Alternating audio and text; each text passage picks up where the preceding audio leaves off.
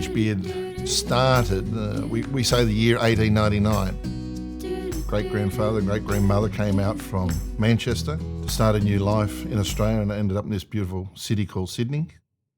He provided cutlery and crockery and table and chairs for all the immigrants coming to Australia, and so gave them something to start with, besides just having a suitcase of clothes. From there, he built up a business that provided more than that for the home, but he didn't believe in insurance, and it did burn to the ground. My grandfather and his brother had the great opportunity from their father to get a half-gold sovereign each. And with that, a guy gave him a bet to make 7 beds in a week. So Pop's an upholsterer by trade, never made a bed, but he went and bought the fabric and got the finance from the bank and bought the fillings for the bed. And grandmother stitched the cover. Lo and behold, he sold 7 beds in the first week. Dad, after doing his time in the Second World War, joined his father. But we were a house brand, so actually name of A.H. Beard wasn't known. But Dad built it up. My father had a situation where he was the only active guy in the business. His other siblings were shareholders but not active, and always looking forward to seeing what the dividends were about.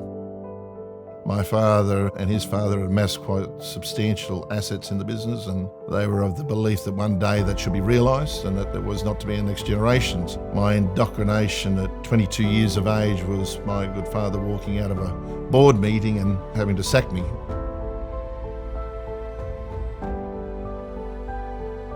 Quite emotional for Dad and myself to sit on the doorstep of the factory that he'd built up and his father's father had built up, and the realisation that it was for sale.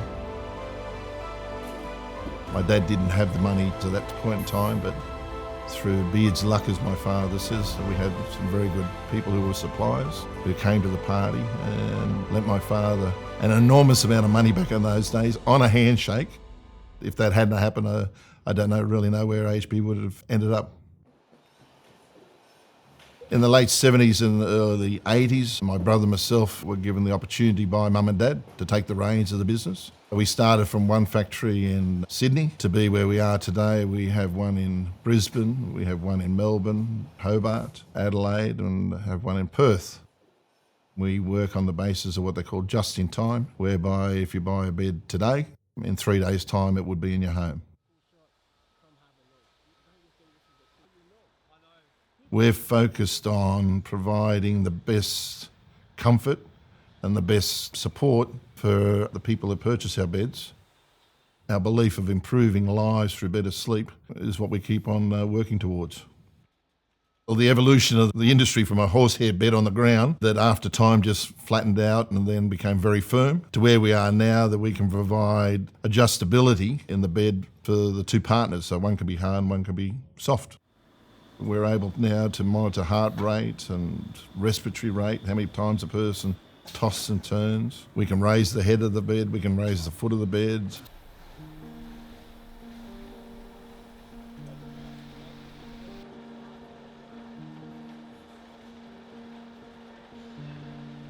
At times when business gets very tough and you hit a wall, there's certain people around, and my wife was there and believed in the business that much and the people.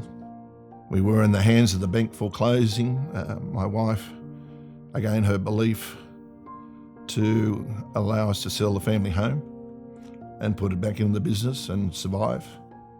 To my brother and his wife, who also believed and did the same, put their house into the business. That effort and that monetary effort would never have eventuated except for two very key people of the name of Katie and Jerry Harvey. They wanted us to survive as a manufacturer in Australia.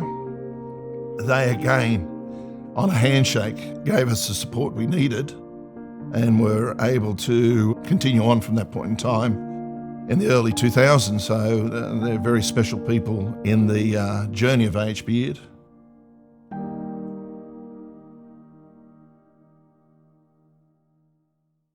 At the present moment, we have 42 shops in China with our beds made here in this factory on their floor, and their aspiration by the year 2020 is to have 100 shops. The dream's certainly starting to come true. Looking after the Australian population, of which we've sold over 7 million beds to. The new venture and the new opportunities in other countries are becoming real.